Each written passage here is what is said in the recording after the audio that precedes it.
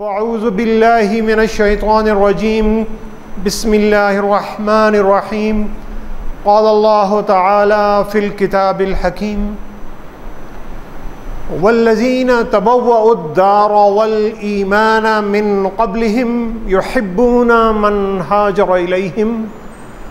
वला यजिदूना फ़ी सुदूरिहिम हाजतम मिम्मा ऊतू व युसिरूना अला अनफुसिहिम वलौ कान बिहिम खसासा वमन यूक़ शुह्ह नफ्सिही फ़उलाइका हुमुल मुफ़्लिहून।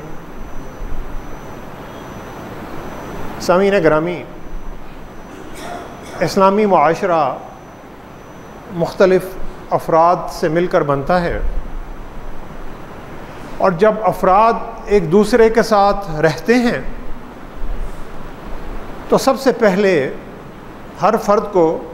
दूसरे फ़र्द के हक़ूक़ का ख्याल करना पड़ता है, और फिर इससे भी आगे बढ़कर मुआशरे में हर फ़र्द की ये ज़िम्मेदारी है, बुनियादी ज़िम्मेदारी है,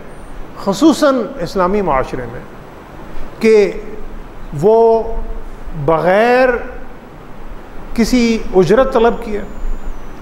और बग़ैर किसी मुआवज़ा के और बग़ैर किसी गर्ज़ के मुआशरे में वो अफराद जो अफराद उससे किसी भी किस्म की कोई मदद तलब करते हैं, चाहे अखलाक़ी मदद है, माली मदद है, ज़ुबान से हमदर्दी के दो बोल हैं, किसी की कोई तरबियत करनी है, किसी को कोई हुनर सिखाना है, किसी को कोई इल्म सिखाना है, तो वो शख्स जिससे मदद तलब की जा रही है वो ऐसे अफराद की भरपूर जितनी भी रब्बुल आलमीन ने उसे सलाहियतें दी हैं उन सलाहियतों को इस्तेमाल करते हुए ऐसे शख्स की भरपूर मदद करे, तो फिर मुआशरा अफराद से मिलकर एक कौम नहीं बल्कि एक उम्मत बनती है और एक मिल्लत बनती है। और फिर उस मिल्लत में, उस उम्मत में जब अफराद एक दूसरे के साथ जुड़ कर रहते हैं और एक दूसरे की ज़रूरियात का ख़्याल रखते हैं और मदद करते हैं, बढ़कर दूसरे की मदद करते हैं, तो फिर नबी रहमत सल्लल्लाहु अलैहि वसल्लम के फरमान के मुताबिक ये एक उम्मत बनती है, वो उम्मत कि जो एक जिस्म की मानंद है, और उस जिस्म में किसी भी मुकाम पर जब कोई दर्द होता है तो पूरे जिस्म को उसका दर्द महसूस होता है। और यही एक दूसरे की मदद करना रब्बुल आलमीन के अहकामात के मुताबिक, कि जो रब्बुल आलमीन ने हम पर फ़र्ज़ किए हैं और अहकामात दिए हैं, और नबी रहमत सल्लल्लाहु अलैहि वसल्लम की ज़िंदगी में और सहाबा इकराम की ज़िंदगी में, कि जिस तरह उन्होंने इस मिल्लत को और इस उम्मत को कायम किया था, यही तसव्वुर आज के इस खुतबे का मौजू है। और ये सूरह अल हशर की आयत नंबर 9 के साथ मुंसलिक है। सूरह अल हशर 28वें पारे में एक सूरत है कि जो मदीनतुल मुनव्वरा में नाजिल हुई, और इसकी जो ग़ज़वा अहज़ाब था, यानी ग़ज़वा बदर, ग़ज़वा उहद, और उसके बाद जब सारे मुशरिकीन मक्का ने और कुफ़ार मक्का ने इकट्ठे होकर मदीनतुल मुनव्वरा पर हमला आवर होते हैं, और उनका ये पूरी नीयत थी और पूरी प्लानिंग थी कि मुसलमानों को सफ़ाए हस्ती से ना सिर्फ मिटा दिया जाए बल्कि उनकी पनाहगाहें भी ख़त्म कर दिए जाएँ, और उनके जो शहर हैं औरतों और बच्चों को भी कत्ल कर दिया जाए और उनके शहर पर कब्ज़ा कर लिया जाए। इसलिए वो सारे के सारे कुफ़ार मदीनतुल मुनव्वरा पर हमलावर होते हैं। हज़रत सलमान फ़ारसी रज़ी अल्लाह ताला अन्हु कि जो जिनका ताल्लुक़ ईरान से था, और वो नबी रहमत सल्लल्लाहु अलैहि वसल्लम के हाथ पर ईमान लाकर सहाबा इकराम की फ़हरिस्त में शामिल होने वाले पहले ईरानी थे जिन्हें सहाबी होने का शर्फ़ हासिल हुआ। तो उन्होंने नबी रहमत सल्लल्लाहु अलैहि वसल्लम को मशवरा दिया कि हम तो बाहर निकल कर कुफार का मुकाबला नहीं कर सकते, तो मदीना के इर्द गिर्द हम एक खंदक खोदते हैं, क्योंकि ईरान में वो ये जो हिकमत अमली थी, स्ट्रेटजी जिसे कहते हैं, इस पर अमल करते थे। और वो नबी रहमत सल्लल्लाहु अलैहि वसल्लम सारे मर्दों के साथ मिलकर एक खंदक खोदते हैं और कुफार फिर लश्कर उनका आता है, लेकिन वो मदीनातुल मुनव्वरा में फिर दाखिल ही नहीं हो सकते और फिर वो नाकाम और नामुराद लौट जाते हैं। ग़ज़वा अहज़ाब के फ़ौरन बाद, बल्कि इससे पहले, जो मदीनातुल मुनव्वरा के आसपास यहूदी क़बाइल रहते थे, उनसे मुसलमानों ने और नबी रहमत सल्लल्लाहु अलैहि वसल्लम ने एक मुआहिदा किया था। और वो मुआहिदा ये था कि आप लोग भी अमन से रहेंगे, हम लोग भी इसी शहर में अमन से रहेंगे, लेकिन अगर कोई बाहर से हमला आवर होता है तो हम उसका मिलकर मुकाबला करेंगे। यहूदियों ने उस मुआहिदे की खिलाफ वर्जी की। ना सिर्फ खिलाफ वर्जी ये की कि जब मुशरिकीन हमला आवर हुए तो यहूदी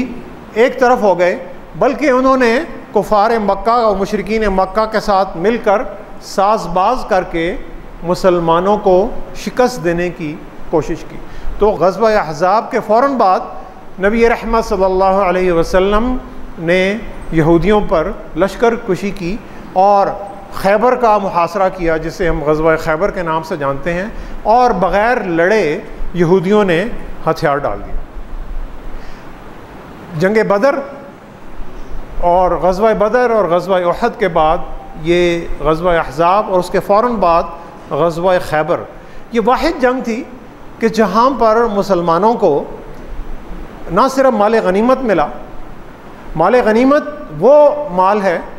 कि शरीयत के मुताबिक वो माल है कि जो मैदान जंग में दुश्मन की जो फ़ौजें हैं वो छोड़ कर उसे भागते हैं, और यानी घोड़े, ऊँट, ज़रा और जंगी साज़ो सामान, ये माल गनीमत। लेकिन जब यहूदी वहाँ से जिला वतन कर दिए गए, उन्हें वहाँ से निकाल दिया गया, तो उनकी जितने भी बागात थे, उनकी जितनी भी ज़रख़ेज़ ज़मीनें थीं, उनके जितने भी कारोबार थे, वो सारी माल और दौलत मुसलमानों के पास आ गई। तो एक माल गनीमत था, और अल्लाह ताला ने इससे पहले सूरह अनफाल में माल गनीमत की तक़सीम ग़ज़वा बदर के बाद फ़ौरन बता दी थी। और वो तक़सीम ये थी, 10वां पारा जहाँ से शुरू होता है, पहली आयत है, वअलमू अन्नमा गनिमतुम मिन शैइन फ़अन्न लिल्लाहि खुमुसहु वलिर्रसूलि वलिदिल क़ुरबा वलयतामा वलमसाकीन वब्निस सबील, कि जान लो कि जो गनीमत का माल है उसका 5वां हिस्सा किसके लिए है? अल्लाह के लिए, रसूलुल्लाह सल्लल्लाहु अलैहि वसल्लम के लिए, नबी रहमत सल्लल्लाहु अलैहि वसल्लम के क़ुरबा यानी जो उनके करीबी दोस्त और ज़रूरतमंद रिश्तेदारों के लिए, और फिर यतीमों के लिए, मसाकीन के लिए, वो लोग कि जो अपनी मदद ख़ुद नहीं कर सकते और अल्लाह ने उन्हें ये सलाहियतें नहीं दी कि वो माल और दौलत कमा सकें, मसाकीन के लिए और वब्न सबील, और वो लोग जो ज़रूरतमंद मुसाफिर में हैं उनके लिए। 5वां हिस्सा माल गनीमत है, यहाँ पर तक़सीम होगा, और जो 4 हिस्से हैं वो किसको मिलेंगे? वो मुजाहिदीन को मिलेंगे। यानी जो फ़ौज जो जंग में लड़ने गई थी वो 4 हिस्से मुजाहिदीन को और 1 हिस्सा यहाँ पर तक़सीम होगा। खैबर की जंग के बाद जो बेपनाह माल और दौलत और ज़मीनें मुसलमानों के हिस्से में आईं, इसे रब्बुल आलमीन ने माल गनीमत नहीं कहा, बल्कि अल्लाह ताला ने इसे फ़े कहा। शरीयत में फ़े कहा गया, कुरान मजीद में फ़े बड़ी है, फ़े, अल्लाह ताला ने इसे फ़े का नाम दिया। और फ़े के बारे में अल्लाह ताला कहते हैं, मा अफ़ा अल्लाहु अला रसूलिही मिन अहलिल क़ुरा फ़लिल्लाहि वलिर्रसूलि वलिदिल क़ुरबा वलयतामा वलमसाकीन वब्निस सबील, कि वो माल जो जंग में तुम्हारे हिस्से में आ जाए बग़ैर लड़े हुए, यानी बग़ैर जंग और बग़ैर क़िताल किए हुए वो माल जो तुम्हारे हिस्से में आ जाए, और वो माल जो अल्लाह अपने रसूल को बस्तियों वालों से लेकर रसूलुल्लाह के हवाले कर दें अल्लाह की मदद के साथ, वो किस लिए है? वो उसी लिए है कि जो अल्लाह ताला ने सूरह अल-हशर में 5 हिस्से बताए, फ़लिल्लाहि वलिर्रसूल, अल्लाह के लिए, वलिर्रसूल वलिज़िल क़ुरबा वलियतामा वलमसाकीन वब्निस सबील, अल्लाह के लिए, रसूलुल्लाह सल्लल्लाहु अलैहि वसल्लम के लिए, नबी रहमत सल्लल्लाहु अलैहि वसल्लम के ज़रूरतमंद करीबी रिश्तेदारों के लिए,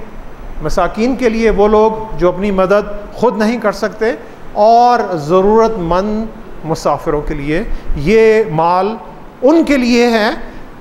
और सारे का सारा माल उनके पास जाएगा। और जो अल्लाह और उसके जो रसूल का जो माल है वो भी दर हकीकत एक इस्लामी रियासत को जा रहा है, इस्लामी हुकूमत को जा रहा है, क्योंकि नबी रहमत सल्लल्लाहु अलैहि वसल्लम ने कभी भी जो माल गनीमत आता था उसमें वो सिर्फ़ अपनी बुनियादी जो ज़रूरियात थी, कम से कम वो ज़रूरियात रख कर बाकी जो माल वो इस्लामी हुकूमत के लिए वक्फ़ कर देते थे। और इस माल को अल्लाह ताला ने फ़ै कहा, और ये वो माल है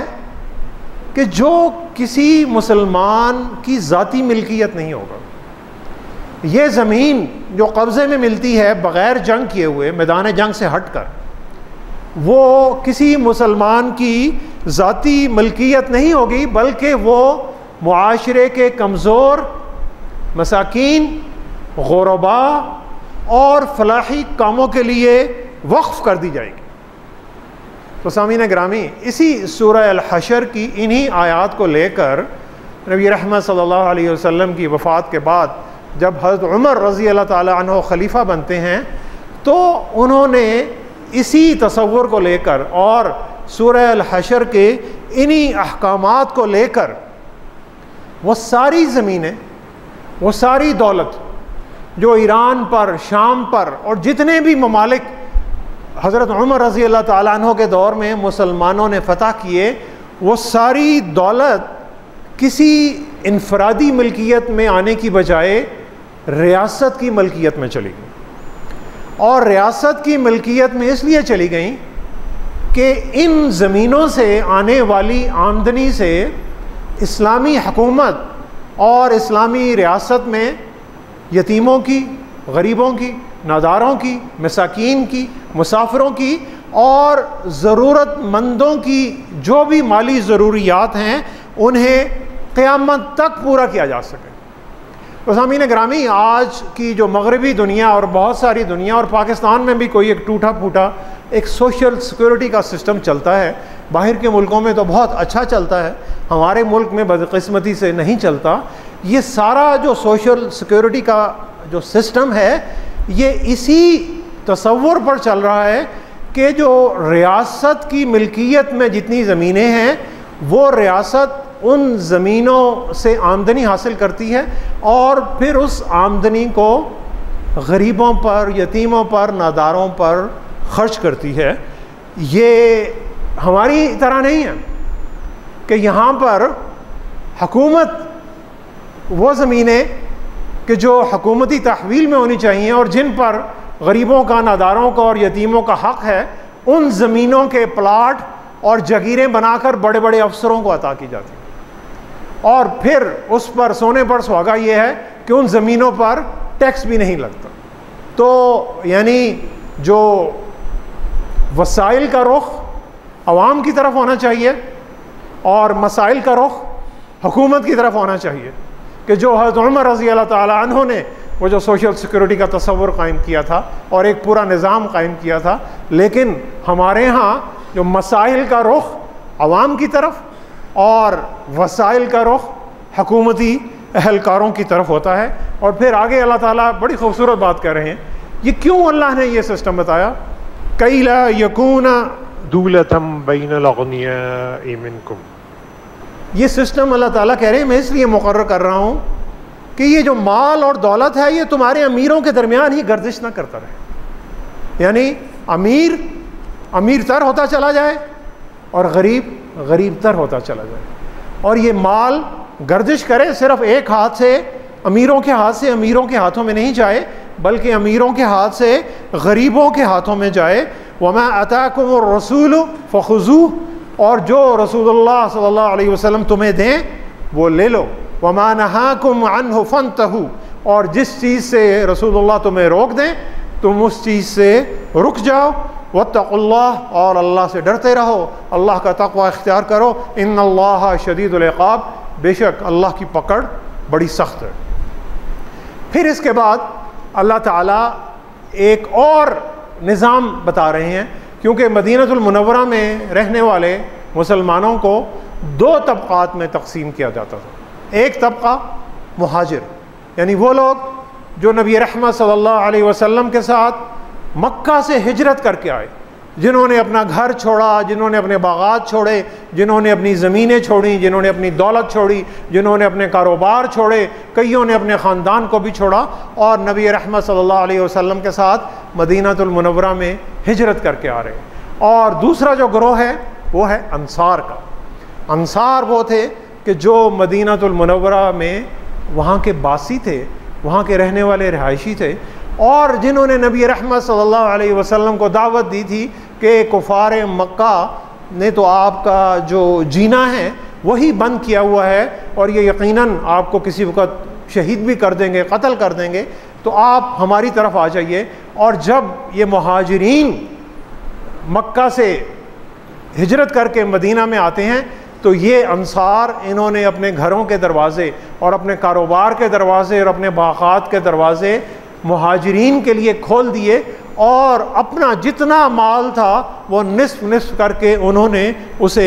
तक़सीम कर दिया। लिलफ़ुक़राइल मुहाजिरीन अल्लज़ीना उख़रिजू मिन दियारिहिम व अम्वालिहिम यब्तग़ून फ़ज़लन मिनल्लाहि व रिज़वानन व यंसुरूनल्लाह व रसूलहू। और अल्लाह ताला कह रहे हैं कि जो माल गनीमत तुम्हें मिल रहा है ये ख़ुसूसी तौर पर पहला जो मुकाम है ये उन मुहाजिरीन का है, उन ज़रूरतमंद मुहाजिरीन का कि जिन्हें अपने घरों से निकाल दिया गया, जिन्हें उनके माल से महरूम कर दिया गया, और वो सिर्फ़ अल्लाह का फ़ज़ल, यब्तग़ून फ़ज़लन मिनल्लाहि व रिज़वाना, और ये अल्लाह का सिर्फ़ फ़ज़ल तलाश कर रहे हैं और अल्लाह की खुशनुदी और अल्लाह ताला की रहमत को तलाश कर रहे हैं। व यंसुरूनल्लाह व रसूलहू, और अल्लाह की मदद कर रहे हैं और अल्लाह के रसूल की मदद कर रहे हैं। उलाइका हुमुस सादिक़ून, यही लोग सच्चे हैं। पहले दर्जे में मुहाजिरीन आ रहे हैं क्योंकि उन्होंने बहुत एक अजीम कुर्बानी दी सिर्फ़ अल्लाह के लिए, अल्लाह की मोहब्बत में और नबी रहमत सल्लल्लाहु अलैहि वसल्लम की मोहब्बत में। फिर उसके बाद ये जो माल गनीमत आ रहा है इसकी हक़दार कौन है? वल्लज़ीना तबव्वउद्दारा वल ईमाना मिन क़ब्लिहिम, इस माल में उनका भी बहुत ज़्यादा हक़ है कि जो पहले से अपने घरों में आबाद थे, यानी अंसार मदीना, और उनके दिलों में वल ईमाना मिन क़ब्लिहिम, इस बात से पहले भी उनके दिलों में ईमान था। यानी जब नबी रहमत सल्लल्लाहु अलैहि वसल्लम मदीना में हिजरत करके आ गए, इससे पहले भी मदीना के लोगों में नबी रहमत सल्लल्लाहु अलैहि वसल्लम के लिए प्यार था, अल्लाह से मोहब्बत थी और उनके दिल पहले ही उस पर ईमान ला चुके थे। युहिब्बूना मन हाजर इलैहिम, इनकी खसूसियत क्या है? इनकी खसूसियत ये है कि वो उन लोगों से जिन्होंने रसूलुल्लाह सल्लल्लाहु अलैहि वसल्लम से हिजरत की, उनसे ये बहुत प्यार करते, दिल से उनके साथ प्यार करते हैं। वला यजिदूना फी सुदूरिहिम हाजतम मिम्मा ऊतू, और जब किसी भी माल से, किसी भी ऐसी चीज़ से जब उन्हें हिस्सा मिलता है मुहाजिरीन को, तो अंसार परेशान नहीं होते कि यार ये मेरा हक़ था, ये मेरे इस भाई को क्यों मिल गया। वो इस चीज़ से कभी भी परेशान नहीं होते। वयुसिरूना अला अनफुसिहिम, और वो दूसरों की जो ज़रूरत है उसे अपनी ज़रूरत पर तरजीह देते हैं। ईसार जिसे हम कहते हैं, ईसार का मतलब ये है कि जो मेरी ज़रूरत है और जो मेरे किसी दूसरे भाई और जो बहन की ज़रूरत है, इस्लामी भाई और बहन की, मैं भी करीबी रिश्तेदारों की बात नहीं कर रहा, उसकी ज़रूरत को तरजीह देते हैं। वयुसिरूना अला अनफुसिहिम वलौ काना बिहिम खसासा, और चाहे वो खुद ही इंतहाई ज़रूरतमंद क्यों ना हो, खसासा का मतलब ये है कि वो जैसे भूख की शिद्दत से इंसान बिल्कुल करीबुल मर्ग है, यानी मरने के करीब है, उसे खसासा कहते हैं। यानी खुद कितने ही ज़रूरतमंद क्यों ना हो, अपने जो भाइयों की और जो बहनों की और माशरे में रहने वाले दूसरे जो मुस्लिम अफराद की ज़रूरत है उसे तरजीह देते हैं। और फिर अल्लाह ताला कह रहे हैं वमन युक़ा शुह्ह नफ्सिही फउलाइका हुमुल मुफ़्लिहून। कामयाबी का अल्लाह ताला एक बड़ा आसान नुस्खा बता रहे हैं, वमन युक़ा शुह्ह नफ्सिही फउलाइका हुमुल मुफ़्लिहून। और वो लोग जो दिल की तंगी से बचा लिए गए, यानी जिनका दिल छोटा है, जो कहते हैं कि मैंने अगर किसी को कोई चीज़ दे दी तो मेरे पास कम हो गई और उसके पास ज़्यादा हो गई, या इसके पास क्यों है मेरे पास क्यों नहीं है। ये है दिल की तंगी। और जो लोग दिल की तंगी से बचा लिए गए फउलाइका हुमुल मुफ़्लिहून, वही कामयाब हैं दुनिया में भी और आखिरत में भी। मुहाजिरीन भी कामयाब हैं, उन्होंने अपनी सारी चीज़ें कुर्बानी दे दी, सब चीज़ें छोड़ कर आ गए। और अंसार भी कामयाब हैं कि उन्होंने अपनी बहुत सारी चीज़ें मुहाजिरीन के हवाले कर दी और बग़ैर किसी गर्ज़ के सिर्फ़ रब्बुल आलमीन की और रसूलुल्लाह सल्लल्लाहु अलैहि वसल्लम की मोहब्बत में, और इस हालत में वो मदद कर रहे हैं कि वो ख़ुद इंतहाई ज़रूरतमंद हैं। तो सामीन गिरामी, कामयाबी का कोई राज आपसे पूछे, और दुनियावी कामयाबी भी और आखिरत की कामयाबी भी, तो उसका राज यही है वमन युक़ा शुह्ह नफ्सिही फउलाइका हुमुल मुफ़्लिहून। जिसका दिल छोटा है वो दुनिया में भी कामयाब नहीं हो सकता, और जिसका दिल छोटा है वो आखिरत में भी कामयाब नहीं हो सका। और ये इसलिए कि अगर मैं आज किसी की मदद करता हूँ बग़ैर किसी गरज़ के, बग़ैर किसी उजरत की तवक्को रखे, सिर्फ़ अल्लाह और नबी रहमत सल्लल्लाहु अलैहि वसल्लम के मोहब्बत की खातिर, तो फिर मुझे यकीन होना चाहिए कि जब मुआशरे में मुझे भी किसी मदद की ज़रूरत पड़ेगी तो रब्बुल आलमीन मेरे लिए कई मददगार पैदा कर देंगे। ये है फ़तह की कामयाबी, यानी बग़ैर किसी मुआवज़ा के और बग़ैर किसी उजरत की तवक्को रखे और बग़ैर किसी गरज़ के किसी दूसरे मुसलमान की मदद करना, दर हकीकत ख़ुद अपनी मदद करना है। दूसरों की मदद तो है ही है, और अल्लाह ताला ने बेपनाह उसके लिए अजर रखे हैं, लेकिन जब मुझे किसी मदद की ज़रूरत पड़ेगी तो वो रब्बुल आलमीन मेरे लिए भी इसी मुआशरे में कई मददगार पैदा कर दें। और ये हो नहीं सकता कि जो शख्स आज बहुत ताकतवर है, बहुत मालदार है, बड़ी उसकी शोहरत है, उसे कभी किसी की मदद की ज़रूरत नहीं होगी। ये नहीं हो सकता। कभी कभी बहुत बड़े बड़े ताकतवर शख्स को और बड़े बड़े मालदार शख्स को एक बहुत से आम आदमी की मदद की भी ज़रूरत पड़ जाती है। और फिर ये रब्बुल आलमीन ही हैं कि अगर ताकत के होते हुए और माल के होते हुए और शोहरत के होते हुए अगर दूसरों की मदद की है, तो फिर रब्बुल आलमीन किसी दूसरे के दिल में तुम्हारी मोहब्बत भी डाल देंगे। ये सामीन गिरामी, ये उस अमली कामयाबी का एक बहुत खूबसूरत नमूना है जो नबी रहमत सल्लल्लाहु अलैहि वसल्लम ने और फिर आपके जानिसार सहाबा कराम की उस टीम ने हमारे सामने इसका एक रोल मॉडल और एक अमली नमूना बनाकर पेश किया। अब आप ये सोच रहे होंगे कि वो तो मुहाजिरीन थे, उनके तो ईमान और तक़वा का लेवल बहुत ऊंचा था, और अंसार वो उनकी भी कुर्बानी का जो लेवल था वो बहुत ऊंचा था, हम तो उनकी जूती की खाक तक भी शायद नहीं पहुंच सकते, हम इसमें कहाँ फिट होते। अगली आयत में अल्लाह ताला कह रहे हैं वल्लज़ीना जाऊ मिन बादिहिम, वल्लज़ीना जाऊ मिन बादिहिम, वो लोग जो इनके बाद आएंगे, वो अल्लाह के बंदे, क्योंकि ये मुहाजिरीन भी चले जाएंगे, ये अंसार भी चले जाएंगे, और वो लोग जो इनके बाद आएंगे क़यामत तक के लिए नबी रहमत सल्लल्लाहु अलैहि वसल्लम के नाम लेवा, और वो ये कहेंगे यक़ूलूना रब्बना ग़फ़िर लना वलिइख्वानिना अल्लज़ीना सबक़ूना बिल ईमान। ए अल्लाह आप हमें भी माफ़ कर दीजिए, हमारी भी बख्शिश कर दीजिए, हमारे उन भाइयों को भी माफ़ कर दीजिए और बख्शिश कर दीजिए। किन भाइयों की? वो भाई नहीं जिसने कोई गलती की है, वो भाई सबक़ूना बिल ईमान, जिसने ईमान में मेरे से सबक़त ले गया। यानी हमारा एक तसव्वुर होता है कि मैं तो बहुत अच्छा इंसान, मैं तो मुसलमान भी बड़ा अच्छा हूँ, और दूसरों की शख्सियत में, दूसरों के किरदार में और दूसरों के इस्लाम में हमें अक्सर गलती नज़र आती है और हम समझते हैं कि ये हमारा इस्लाम बड़ा अच्छा है। और ये शैतान का तसव्वुर, रब्बुल आलमीन तसव्वुर दे रहे हैं, जो रहमान का तसव्वुर है वो ये है कि आप अपने उन भाइयों के लिए दुआ कर रहे हैं जो सबक़ूना बिल ईमान, जो ईमान में आपसे सबक़त ले गए, आपसे आगे चले गए। यानी वो अल्लाह का बंदा जो ईमान में, अखलाक में, किरदार में मेरे से बेहतर है, मैं उसके लिए दुआ कर रहा हूँ।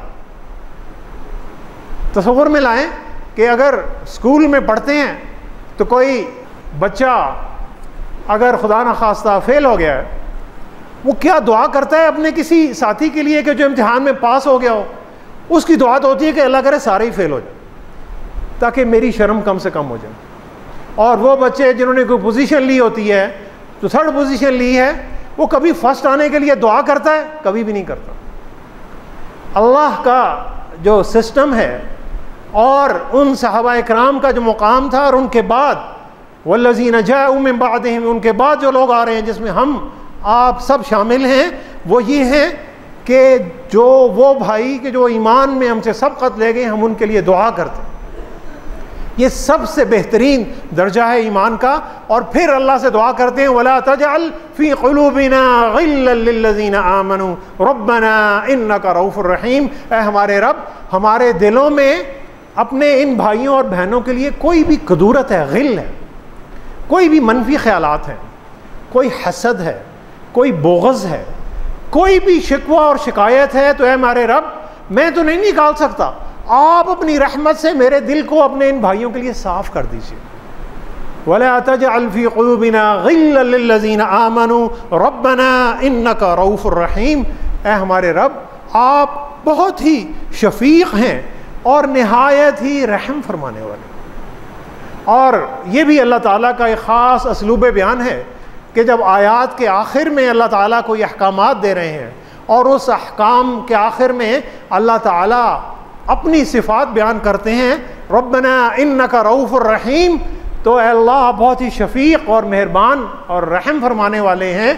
तो अल्लाह, जो सिफ़ात आपकी हैं, उन सिफ़ात की थोड़ी सी झलक मेरी अमली ज़िंदगी में भी आ जाए। इसलिए रब्बुल आलमीन अपनी ये सिफ़ात कर रहे हैं, ए हमारे रब, आप हमें भी दूसरों के साथ शफ़ीक़ बना दीजिए, शफ़क़त करने वाला, प्यार करने वाला, मोहब्बत करने वाला बना दीजिए। और ए अल्लाह, आप हमें अपने करीबी बंदों में शामिल कर लीजिए। तो सामीन ग्रामी, वयुसिरून अला अनफुसिहिम वलौ कान बिहिम खसासा, दूसरों की मदद करना उस हाल में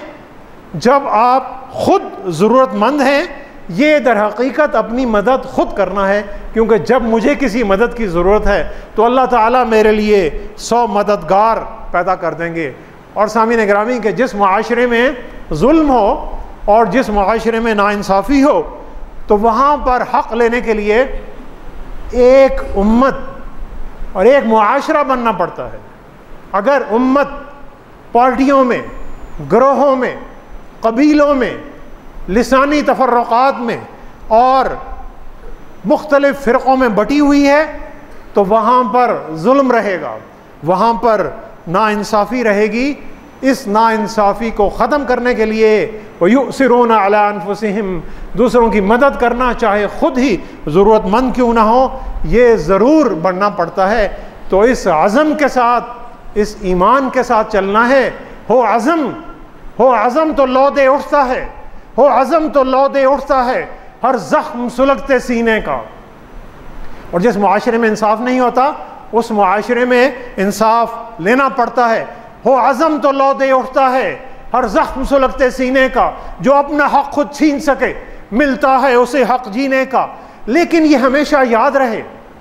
लेकिन ये हमेशा याद रहे, एक फर्द की ताकत कुछ भी नहीं। जो भी हो अकेले इंसान की दुनिया से बगावत कुछ भी नहीं। तन्हा जो किसी को पाएंगे ताकत के शिकंजे जकड़ेंगे, 100 हाथ उठेंगे जब मिलकर जालिम का गरेबां पकड़ेंगे। इंसान वही ताबिंदा है, इंसान वही ताबिंदा है इस राज से जिसका सीना है। औरों के लिए ही जीना तो खुद अपने लिए भी जीना है, औरों के लिए ही जीना तो खुद अपने लिए ही जीना है। वयुसिरूना अला अनफुसिहिम वलौ काना बिहिम खसासा। सामीन गिरामी, दुआ करें कि अल्लाह ताला हमें एक दूसरे के साथ जो नफ़रतें हैं और जो अदावतें और जो हसद है उसको हमें अपने दिलों से निकालने की तौफीक अता फरमाए, और अल्लाह ताला हमें किसी बग़ैर गरज के और बग़ैर किसी उजरत की तवक्को रखे अपने मुसलमान भाइयों और बहनों की मदद करने की तौफीक अता फरमाए। सदक़ल्लाहुल अलियुल अज़ीम व नफ़अनी व इय्याकुम बिआयातिही व ज़िक्रिल हकीम। इन्नहु तआला जव्वादुन करीमुन मलिकुन बर्रुर रऊफुर रहीम।